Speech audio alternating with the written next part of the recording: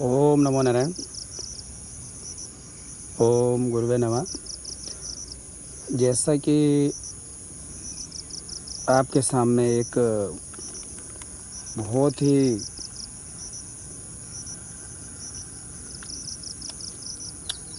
दुर्लभ तो नहीं है लेकिन बहुत ही गुणकारी पौधा जो कि पहाड़ों पे अक्सर पाया जाता है, यानी कि कम तापमान वाले क्षेत्र में मिलता है। निचली पहाड़ी क्षेत्रों में मिलता है, ज़्यादा ऊंचाई पे तो मैं गया नहीं हूँ।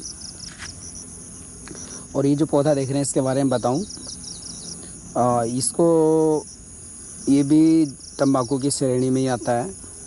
और 1-2 साल से लोग पूछते थे क्या, तो इस पर हमने काम करा। फिर हमारे एक वैद्य मित्र हैं, उन्होंने बताया कि इसका उपयोग हमने कर रखा है। फिर वहाँ से जानकारी ली, तो उसी जानकारी पर आधारित है मैं आपको बताऊंगा। इसको जैसे तो मुलेनिन बोलते हैं, जो कि तंबाकू हुआ एक तरह का, इसका 100+ प्रजातियाँ हैं। लेकिन ये जो प्रजाति है, देखिए इसका जो बेनिफिट्स है, फ़ायदा है, कॉमन रूप से इसका उपयोग किया जाता है कि इसके फूल, पत्ती और जड़। मैं पहले आपको इसकी पहचान करा दूँ और पहले ये बता दूँ कि ये हमारे नैनीताल क्षेत्र में पाया जाता है। जब वहाँ से हम लाए थे इसे, और ये हमने मैदान में उधम सिंह नगर में लगाने की कोशिश करी है, जैसे कि मैंने पौधे लगवाने की कोशिश करता हूँ। तो इसमें देखिए ये इसका फल, पहले तो देखिए एक डंडी सी निकलती है। बहुत बड़े बड़े पेड़ होते हैं ये, 3-3, 4-4 फुट के हो जाते हैं। ये तो छोटा है, आपको पता ही है कि लोकेशन चेंज है, इस वजह से है। और इसके पत्ते भी काफ़ी लंबे होते हैं।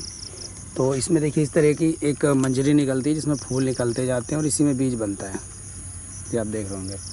तो ये इसके फ्लावर्स हैं, और नेट पे आप सर्च करेंगे तो इसका पूरा पिक्चर मिल जाएगा।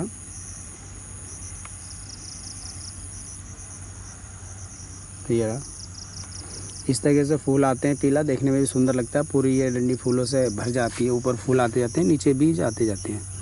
मतलब फूल होते जाएंगे, नीचे बीज बनते जाएंगे। और इसके पत्ते आप ये देखेंगे तो इस तरीके से होते हैं, तंबाकू की तरह। काफ़ी ये भी आधे फीट बड़े हो जाते हैं, यहाँ पे नहीं हो पाया। तो इसका जो उपयोग है, देखिए सबसे पहले तो ये जो है हमारा एंटी बैक्टीरियल और एंटीवायरल होता है।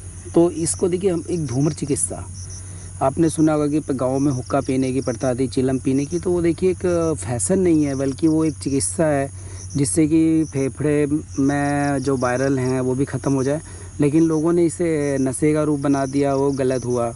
नहीं तो पहले चिकित्सा के रूप में बताया गया तो उनको राहत मिली, लोगों ने फिर एक दूसरे को बताया होगा, फिर उसके बाद वो उन्होंने ही इसको अपने नशे के रूप में डेली लेना चालू कर दिया।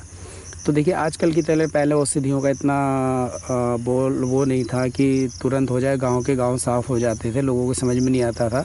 हमारे पर टेक्नोलॉजी नहीं थी, इलाज तो था, आयुर्वेद में भी भरपूर इलाज था। लेकिन आजकल जैसे कुछ भी होता है तो हम मोबाइल के ज़रिए, चाहे इसके अपने मीडिया के ज़रिए तुरंत लोगों को जागरूक कर देते हैं। उस समय ऐसा नहीं था, जब तक जागरूक होते तब तक गाँव चपेटे में आ जाता था।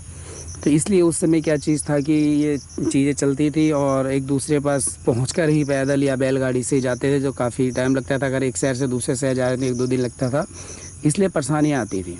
तो उस समय इसका जो है, हमने जो पूछा उनसे, तो उन्होंने कहा 4-5 ग्राम इसके पत्ते या इसके तने को ले करके हम इसको उबाल करके चाय की तरह पी सकते हैं। और ये काम करता है फेफड़े संबंधित रोगों में। और जो ट्यूबरकुलोसिस होता है, जो टीबी का संक्रमण होता है, उसको ये बड़ी तेज़ी से रोक देता है, उसको नहीं बढ़ने देता है।